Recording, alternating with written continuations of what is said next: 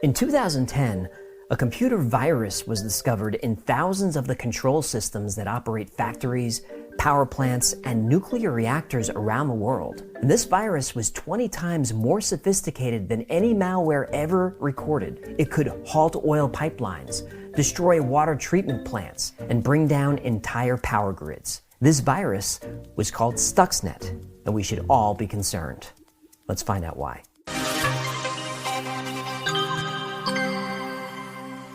In January 2010, inspectors from the International Atomic Energy Agency were visiting the Natanz uranium enrichment plant in Iran. They noticed that the centrifuges, which are used to enrich uranium gas, were tearing themselves apart, one after another. Hundreds of them. Nobody could figure out why. Not the inspectors, not the Iranian technicians who worked on site, not even the engineers who built the system. Meanwhile, a computer security firm in Belarus got a strange request from a client in Iran. Their machines were rebooting over and over again. Even completely wiping the hard drives and reinstalling the operating systems didn't help. Again, the problem was a mystery. But when the technicians pulled apart the operating systems, they found a new and very unusual virus. They called it Stuxnet. And Stuxnet was infecting computers all over the world and spreading fast. Now, these events seemed unrelated at the time, but they were very much connected. Cybersecurity experts knew Stuxnet wasn't ordinary malware thrown together by some basement hacker. The first clue was the size of the code base. Most viruses are 10, maybe 20 kilobytes. Stuxnet was 500 kilobytes. And uncompressed, it was 1.2 megabytes. That's a pretty large piece of code to go undetected. Then, analysts transferred Stuxnet to a new computer just to see what would happen. Now, the test computer was not your grandma's old compact laptop from 1997. The machine was a state-of-the-art, highly protected workstation designed for cybersecurity threat detection. All the bells and whistles. But as soon as the Stuxnet files were copied over, the new computer was immediately infected without anybody doing anything and without triggering a single alert. And that's very unusual. When you install software in your computer, it needs to be digitally signed with a trusted certificate. And the developer supplies a certificate that your computer checks against trusted manufacturers, Apple, Logitech, whatever. A lot of viruses tamper with the signature of the certificate to try to trick your operating system into allowing it to install. Now, luckily, virus protection usually catches this.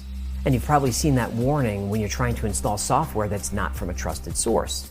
This catches a lot of nasties. But Stuxnet didn't have altered certificates. It had valid certificates stolen from two trusted sources, J-Micron and Realtek. Now, these companies make all kinds of drivers for hard drives, USB sticks, sound cards, tons of stuff. And you probably have their software on your computer right now. I definitely do. And when the creators of the Stuxnet worm signed their files with a stolen cert, they wanted to make sure that Windows would install it very quietly, without any warning. And if anyone bothered to look at the cert, they wouldn't care because it was valid. Now, stealing a valid digital signature is like trying to rob a bank vault that's locked inside another bank vault. The security around them is sci-fi spy movie level stuff. They had to physically steal the certificate from inside these companies. That really doesn't happen, but it happened. Some more digging around, the code showed that as soon as Stuxnet infected a computer, it started probing the system, looking for flash drives, USB sticks, and other storage devices. And because of the signing certificates, Windows happily allowed it to do so. What security experts had discovered is one of the rarest and most dangerous kinds of software vulnerabilities. And it was at this time that they went from curious and amazed to fearing for their lives. Look, I'm not suicidal. If I show up dead on Monday, it wasn't me. What security experts had discovered is called a zero-day exploit. And it's called this because when a vulnerability is unknown to the software developer and Microsoft and the antivirus community and the rest of the world, that means there are 0 days of protection against it. Nobody knows about a zero-day vulnerability except the attacker exploiting it. A 0 day is so rare and valuable that you can actually sell it on the darknet for hundreds of thousands of dollars. Not a good idea. It's not. Think about this. Cybersecurity companies research over 12 million viruses a year. And in that time, they might find maybe 10 or 12 zero-day exploits. It's a once-in-a-million occurrence. But Stuxnet contained 4 zero-day exploits. This is unheard of. It never happened before, and it hasn't happened since. Eventually, it was discovered that Stuxnet wasn't trying to steal passwords or data. It was actually targeting the software on Siemens programmable logic controllers, called PLCs. Now, PLCs are small computers used in factories and industry that control pretty much everything: assembly lines, water pumps, power plants, and nuclear refining. Critical infrastructure runs on PLCs. If you can hack a PLC, you can take down an entire country without firing a single shot. Now, this had people very nervous because industries all over the world were reporting their PLCs were infected with Stuxnet, but it was just sitting there. Nobody knew what it was going to do or when. Was the power grid just going to turn off? Was water or gas going to stop flowing? Nobody knew. It felt like a ticking time bomb, because it was. Even though the virus was spreading all over the world to thousands of computers per day, it was primarily targeting one country, Iran. More specifically, it was targeting the Iranian nuclear facility in Natanz. That doesn't sound like an accident. It wasn't. A virus this complex and this dangerous requires millions of dollars to create. It takes time, the best programming talent in the world, and absolute secrecy. Experts at first suspected, and then they were positive, that Stuxnet could only have been designed by a country looking to cripple or wage war against another country. This was a state-sponsored attack. To design and deploy a cyber weapon like Stuxnet, you need immense financial resources, a military intelligence infrastructure, and a motive to wreak havoc on an enemy nation. Do we know what country created it? We do, but they won't admit it. So who made this thing? You're not gonna like it. Oh, An intelligence agency, probably. Probably. Who has an interest in setting back the Iranian nuclear program. Yes. Stuxnet was aggressive, but very quiet. If Stuxnet is on your computer and you plug in a USB thumb drive, boom, the USB drive is immediately and quietly infected. You don't have to run a program, open a web page, or click anything. You then plug that USB drive into a different computer on a different network, boom. Every machine on that network is infected. And this is exactly what happened in Iran. The nuclear centrifuges at Natanz were air-gapped, meaning they weren't connected to any outside network. And this is usually a good way to keep a network secure. The only way to infect a clean air-gapped network is user error. Yep. User error. Outside contractors who were brought in to work on the Iranian nuclear facility in Natanz had also brought Stuxnet in through infected USB drives. And once Stuxnet was in, it deliberately targeted the Siemens PLCs, which operated uranium enrichment equipment. So these PLCs control the rate of spin in a nuclear centrifuge. Spin too fast or too slow, the entire thing tears itself apart. So Stuxnet got into the centrifuges, and then... Yeah, and then what? And then it did nothing. It just looked around and kept logs of everything happening in the equipment. But after 13 days, Stuxnet started changing the speed of the centrifuges every 15 minutes, sometimes faster, sometimes slower. Normally, this is something a technician would spot immediately, but Stuxnet was using the data it collected earlier to report back that everything was fine. But everything wasn't fine, was it? It was not. Because Stuxnet changes the rate of spin every 15 minutes, the equipment weakens and eventually tears itself apart. Stuxnet was also disrupting power feeds, causing centrifuges to explode. And once the equipment started to fail, there was no way to stop it. Even those big red buttons you see on machines that you hit in case of emergency, those were disabled too. Somehow Stuxnet thought of everything. Not only was this virus created by highly talented programmers, there was obviously input from experts in nuclear enrichment technology, reactor operations, safety protocols. That is a dangerous virus. Over 1,000 uranium centrifuges were destroyed by Stuxnet. This set Iran's nuclear enrichment program back months, maybe years. Why? Well, Iran's nuclear ambitions must be stopped. They have to be stopped. We all have to stop it. Now, that's the one message I have for you today. Thank you. In the early 2000s, Iran was ramping up its nuclear energy and enrichment program. This was in violation of international agreements, so a lot of the work was done in secret. Also a violation. Now, Iran argued that it had a right to pursue nuclear energy, but U.S. and Israeli intelligence agencies suspected Iran of using its civilian nuclear program as cover for weapons development. So the U.S. imposed sanctions and all sorts of other things to try to pressure Iran to slow down its nuclear program and deal. But even with Stuxnet and other setbacks, Iran kept enriching uranium. They said that they needed nuclear power to provide energy to the population. Energy? Don't they make oil over there? Look, I'm just telling you what happened. I'm not taking sides. This isn't a political channel. Fine. Go ahead. So every time Iran agreed to suspend its enrichment program, diplomatic talks would break down and they would go back to work. Then they would stop again and start again, and it went on like this for a while. But then the CIA received thousands of pages of documents indicating that Iran was modifying the nose cone of a missile to carry a nuclear warhead. Oh no. Oh yes. Then it was discovered that Iran had acquired and hidden from inspectors blueprints for more advanced centrifuge tech. Iran claimed that these documents were forged, but later admitted that they had secretly imported equipment from a foreign source. Now by this time, Israel was getting fed up and threatening military action. Now, bombing Iranian nuclear facilities might have been a short-term solution, but almost certainly would have led to war in the region and perhaps globally. Oy vey, not another war. Yep, another war. So the U.S.'s intelligence community, including NSA, CIA, and the newly formed U.S. Cyber Command, got to work on what they called Operation Olympic Games. Olympic Games was a campaign of cyber intrusion, disruption, and sabotage of Iranian... Wait. The U.S. government created Stuxnet? What, I haven't given you enough clues? Well, I was just so enthralled with the stories. I appreciate that.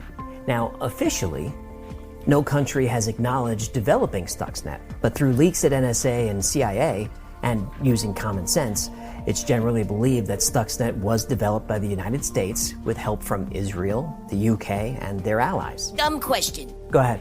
When you destroy something with a bomb or with a virus, isn't it the same thing? Well, funny you should ask that. It's an act of war. Please, let's be frank here. Okay, countries are constantly hacking each other and spying on each other looking for information.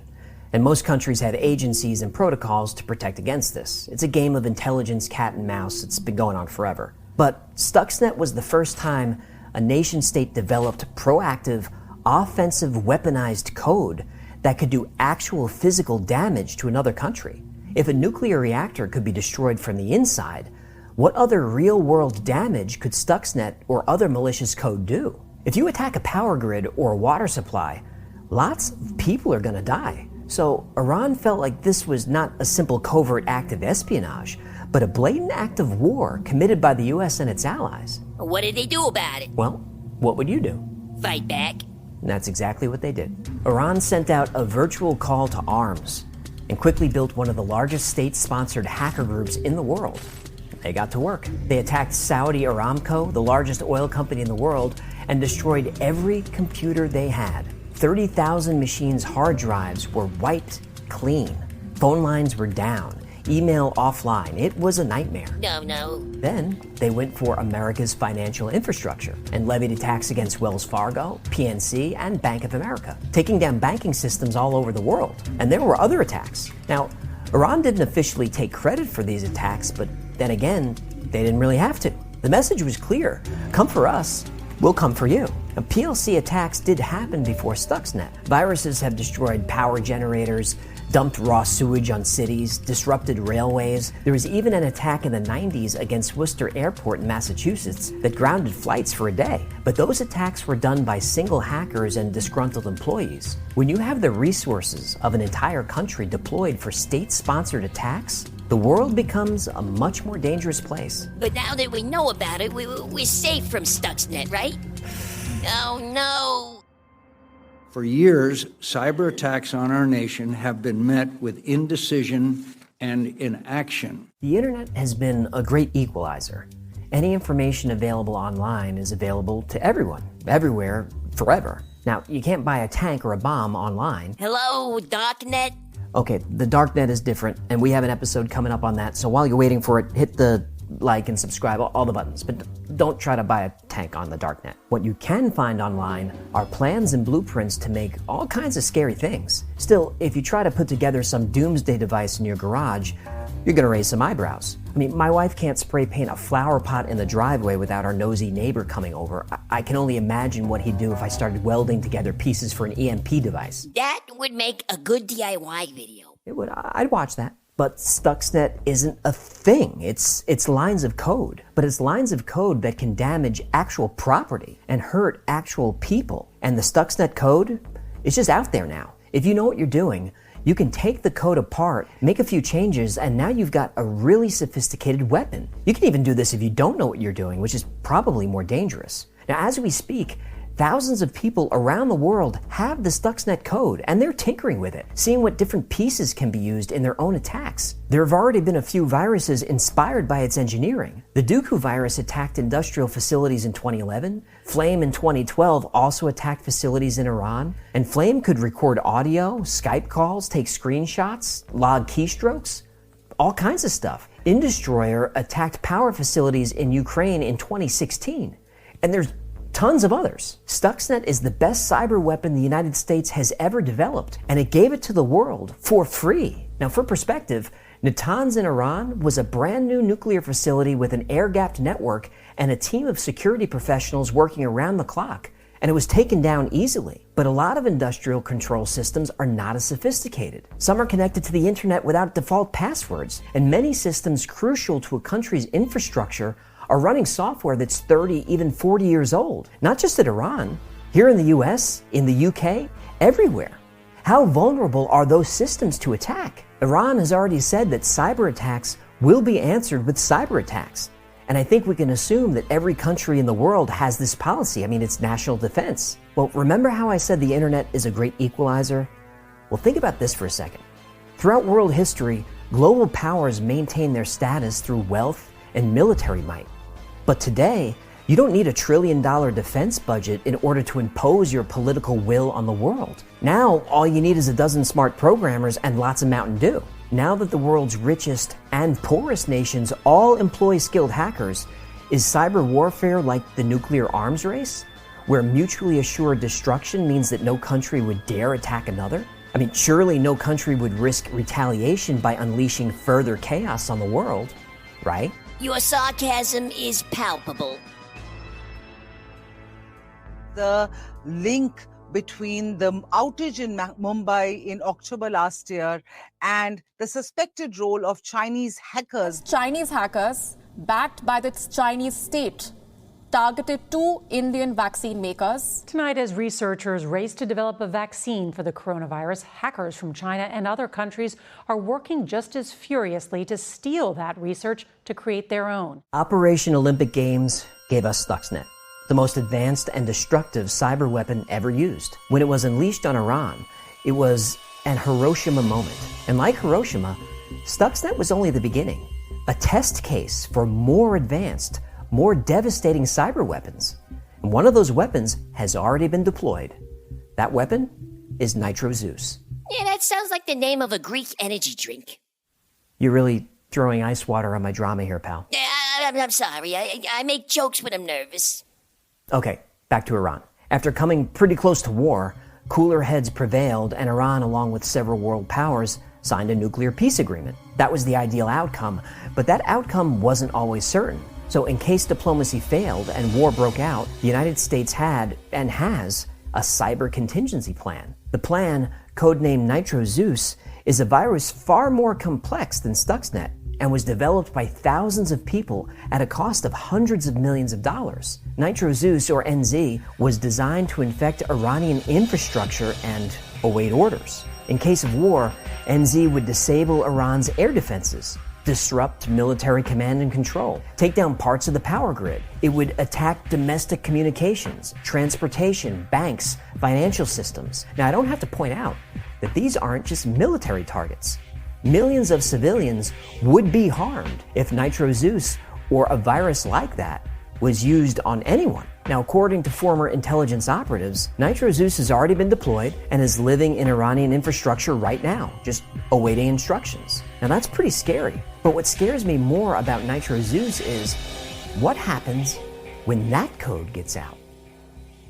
It's inevitable that more countries will acquire the capacity to use cyber both for espionage and for destructive activities. You'll hear people say that the next world war will be fought in cyberspace. They're wrong about that. The United States, Iran, China, the UK, Russia, North Korea, they're not preparing for cyber war. They're already fighting it. And I'm being completely honest now, off script. Researching this episode was stressful, and I'm left with more questions than answers. Like, how can citizens who are threatened by cyber attacks have an honest conversation about these dangers when our own governments don't acknowledge they participate?